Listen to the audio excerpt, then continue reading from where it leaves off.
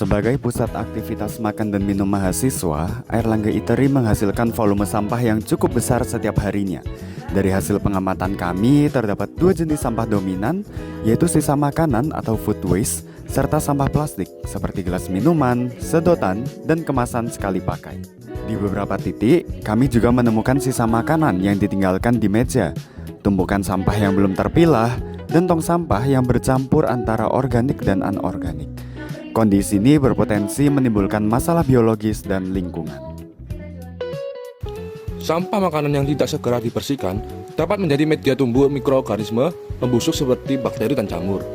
Proses dekomposisi menghasilkan bau tidak sedap, menarik serangga seperti lalat dan kecoa, yang kemudian berpotensi membawa bakteri patogen seperti E. coli atau Salmonella.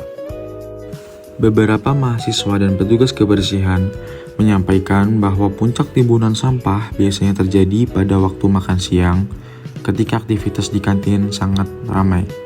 Pada periode tersebut, volume sampah meningkat cukup signifikan dan sebagian besar material ditemukan berasal dari sisa-sisa makanan, kemasan sekali pakai, serta berbagai jenis cup minuman yang ditinggalkan setelah digunakan. Kamarin Sinaga, di sini saya akan wawancarai salah satu mahasiswa UNER, yaitu siapa namanya? Nama saya Akil Ramadan Lusmana. Saya di sini izin untuk memberikan pertanyaan, yaitu yang pertama, menurut kamu kenapa banyak makanan tersisa di kantin? Menurut saya banyak makanan tersisa gara-gara mungkin porsi yang diberikan oleh penjual di kantin itu terlalu banyak buat mahasiswa, dan juga kebanyakan ada mahasiswa mungkin yang tidak suka dengan makanannya seperti sayur, makanya sisanya itu kebanyakan dibuang. Nah, itu menurut saya seperti itu. Biasanya kamu habisin makanan atau sering tersisa? Kalau saya sering habisin makanan karena saya bukan orang yang pilih-pilih kalau soal makan, jadi kalau misalkan ada makanan apapun itu pasti saya makan sampai habis. Untuk pertanyaan terakhir, yaitu perlu nggak kampus mempunyai sistem porsi kecil, menengah, dan besar? Menurut saya itu cukup penting dan perlu, karena itu merupakan salah satu solusi dari permasalahan yang ada, yaitu banyak yang buang-buang makanan. Jadi kalau misalkan ada sistem seperti itu, kemungkinan makanan yang terbuang tuh menjadi semakin kecil. Ya. Baik, terima kasih. Dari sudut pandang biologi, permasalahan ini berkaitan dengan konsep ekologi, mikroorganisme, dan interaksi makhluk hidup dengan lingkungannya. Dalam ekosistem, sampah makanan merupakan bahan organik yang akan mengalami dekomposisi oleh bakteri dan jamur. Proses ini seharusnya terjadi di tempat yang terkelola, bukan di area makan terbuka. Meskipun terdapat masalah, kami menemukan potensi kearifan lokal dan inisiatif positif. Beberapa mahasiswa sudah membuat tumbler atau wadah sendiri untuk mengurangi sampah plastik. Ada pula pedagang yang mulai mengganti plastik dengan kertas atau kemasan yang lebih ramah lingkungan. Berdasarkan analisis kami menerapkan 5 solusi yang dapat diterapkan di lingkungan kampus.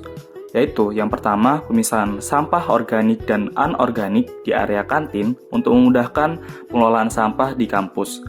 Dan yang kedua, kami juga menyediakan solusi edukasi sederhana bagi mahasiswa untuk mengambil makanan sesuai porsinya masing-masing agar mengurangi food waste.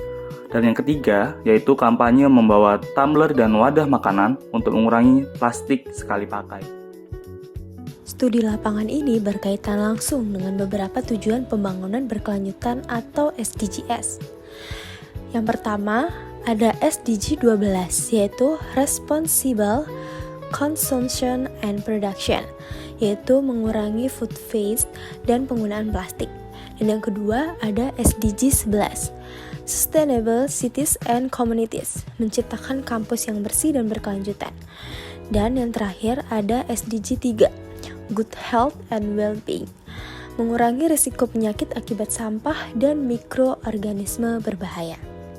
Melalui observasi di Airlangga Eatery, kami belajar bahwa masalah lingkungan itu bukan hanya tanggung jawab pengelola kampus, tetapi juga seluruh sivitas akademika. Perubahan kecil dari perilaku kita dapat memberikan dampak besar bagi keberlanjutan lingkungan kampus. Terima kasih telah menonton. Semoga video ini dapat menginspirasi kepedulian terhadap lingkungan hidup.